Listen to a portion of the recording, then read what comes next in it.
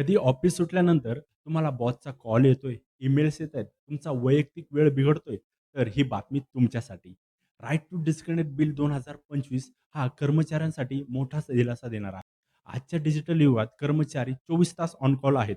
Work from home नंतर काम सुटलंय असं म्हणणंच अवघड झालेलं आहे. ताण येणे, झोप कमी येणे, कुटुंबासाठी वेळ कमी मिळणे ही सगळ्यांची समस्या झालेली आहे. राईट टू डिस्कनेक्ट बिल म्हणतो, की कामाची वेळ संपल्यानंतर तुम्ही त्यानंतर आलेले कॉल्स, ईमेल्स नाकारू शकतात आणि त्यासाठी तुम्हाला कोणतीही शिक्षा होणार नाही. जर काम अर्जंट असेल, तर त्याचा तुम्हाला ओव्हरटाईम पे मिळणार. या बिलाचे खूप मोठे फायदे आहेत. कर्मचाऱ्याचा मानसिक ताण कमी होईल.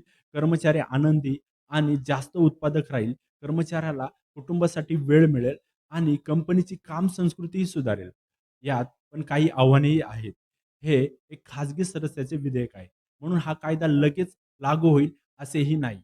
काही कंपन्यांमध्ये इमर्जन्सी कामं असतात. त्यासाठी वेगळे नियम लागतील. उदाहरणार्थ, आय-टी कर्मचाऱ्याला रात्री 10 वाजता ईमेल येतो. जर राईट टू डिस्कनेक्ट लागू असेल, तर तो त्या ईमेलला उद्या उत्तर देऊ शकतो. ना दबाव, ना ताण. हा कायदा लागू झाला, तर भारतीय कर्मचाऱ्यांचे जीवन बदलू शकते. भारतीय कर्मचाऱ्यांचे आराम, कुटुंबासाठी वेळ आणि मानसिक शांतता हेही अधिकार आहेत. तुमच्या मते राईट टू डिस्कनेक्ट बिल हा कायदा भारतात लागू व्हायला हवा का? हे कमेंटमध्ये नक्की कळवा. व्हिडिओ आवडला असेल तर लाईक करा आणि आणखी माहितीपूर्ण कंटेंटसाठी चॅनलला सबस्क्राईब करा. धन्यवाद.